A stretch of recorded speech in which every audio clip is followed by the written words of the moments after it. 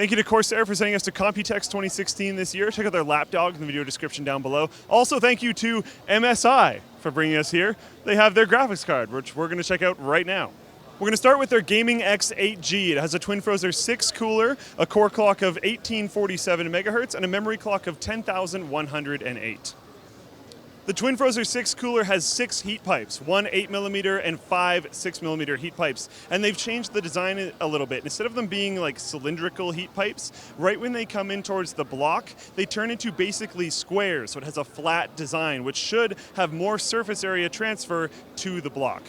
There has also been improvements to the fan blades. As you come down the fan blades on half of them, they kind of dip in a little bit. This angle has increased compared to the TwinFrozer 5 design and should theoretically improve cooling. They are also now dual ball bearing fans. We then have the Gaming Z 8G, which is actually right beside it, and as far as you guys can see right now, is aesthetically exactly the same. But on the back plate, on the 8G, instead of having just a metal dragon logo, there's now an RGB colored dragon shield.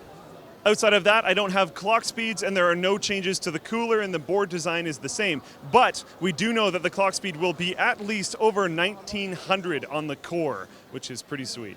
They're also showing off the MSI high bandwidth Sli Bridge, which will allow you to basically double the bandwidth that you would normally get over an Sli Bridge. That is because they are teaming the connections. This is good if you need to do things like really high resolution surround or other things that take up massive amounts of bandwidth between the cards. We'll have a video on this and other forms of SLI coming later on the Linus Tech Tips channel.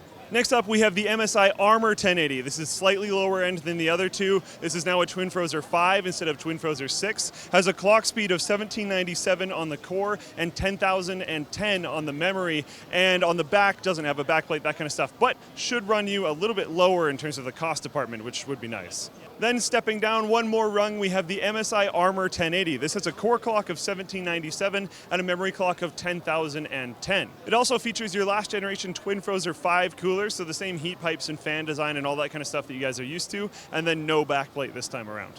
And then finally, we have the Msi Arrow 1080. This is as reference of a reference card you can get, but it is the MSRP card, so you get it for $599. If you want a 1080 and you want it as cheap as you can get, there you go. It's running stock speeds of 1733 on the core and 10,010 on the memory, and is a like rear exhaust style card. So you're not going to be blowing air onto the inside of the case. It's going to be ejecting out of the back. That's it for graphics cards from MSI. Let me know which one you would go for in the comments down below. Thank you to Corsair again for bringing us here this year. Their lapdog allows you to use a full-size keyboard and mouse like their K70 or something to play games on the couch on your TV, which is pretty cool. Also, thank you to, well, MSI. You've now seen their graphics card video, which was this one, but we're also going to check out the Aegis X desktop in a moment, so stay subscribed for that.